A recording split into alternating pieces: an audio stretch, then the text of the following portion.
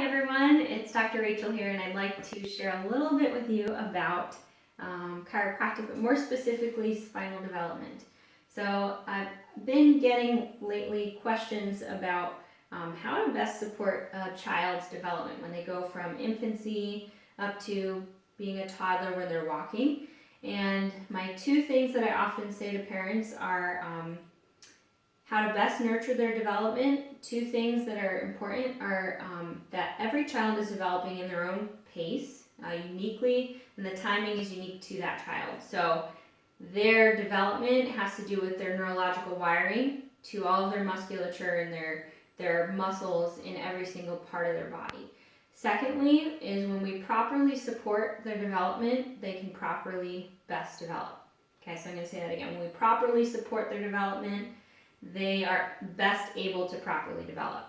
Okay, so as a child is born, an infant, they actually have, and I have our model spine here, they actually have 4 different curves in their spine, and you do as well.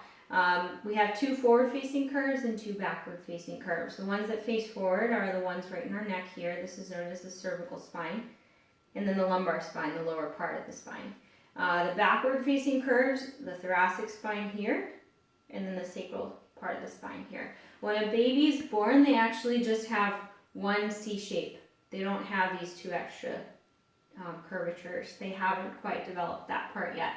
As a baby is, and I just want you to imagine that this is a baby's spine. If they're laying on their belly, as they start to lift their head up on their tummy, they actually start to develop this part of the spine as they move upward, and then they also start to develop this part of the spine, their lumbar spine, their lower back of their spine. So why am I telling you about the curves? Well, it's important that we support the development of those curves.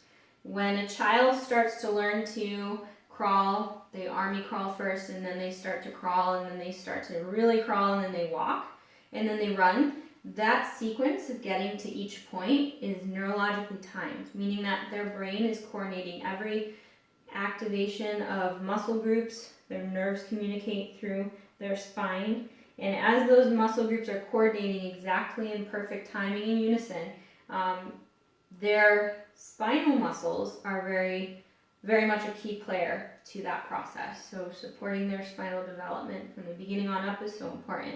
There are ways that we can actually hinder or hamper their proper development. I'm going to tell you exactly how that is.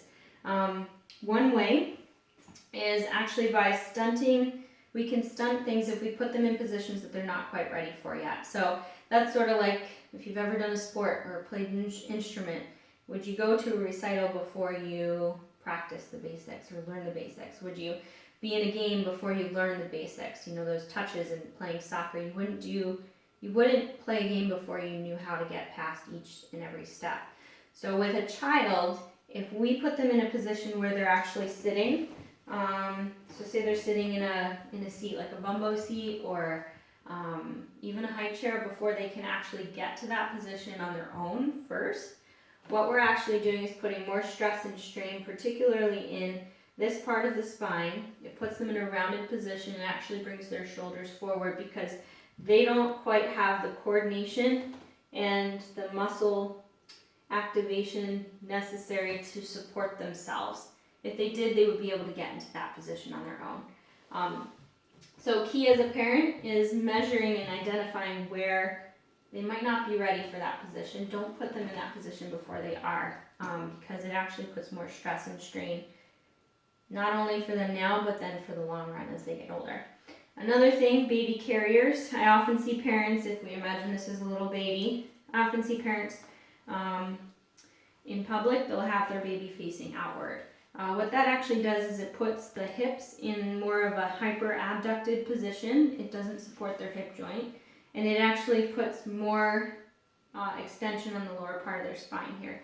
So every step that parent takes puts more stress and strain on this part of the spine, causing a change in the discs and the ligaments as they're developing here, and the muscles here too.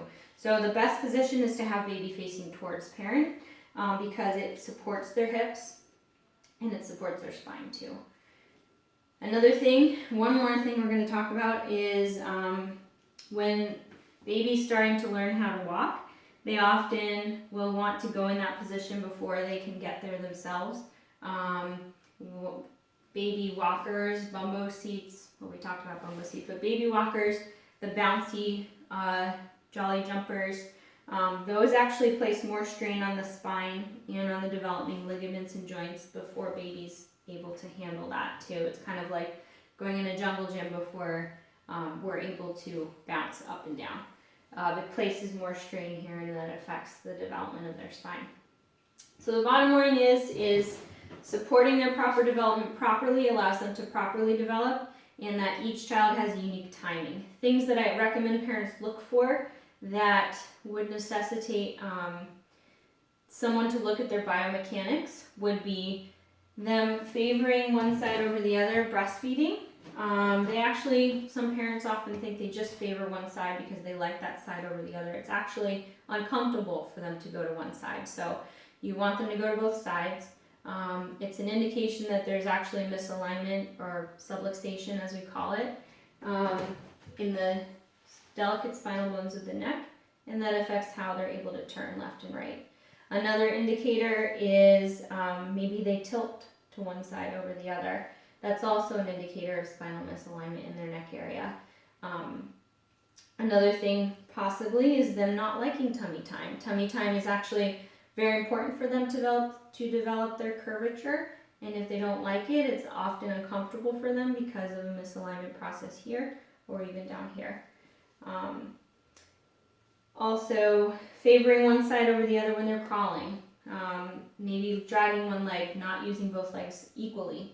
Then also maybe even walking, they might favor one side, or they might not fully take a step with one side. All these are indicators that child should have a chiropractic assessment. And last but not least, every child develops in their own timing, and when we support that, not only what we support with their development and the positions we put them in, you want them to be in the position that is appropriate for them biologically and neurologically. And every child deserves the blessing of a healthy functioning nervous system, coordinating all of their growth and development for a lifetime. And so we always recommend that every child have a chiropractor who is trained well working with children to assess their spine and the nervous system and to work with you to best support their development for their entire lifetime. So thank you all for listening. I hope this was great information for you. You're welcome to comment below, ask us any questions, and even send us a personal message if you need to as well. Call us, email us. We'd love to chat with you. Have an awesome Friday. Thank you.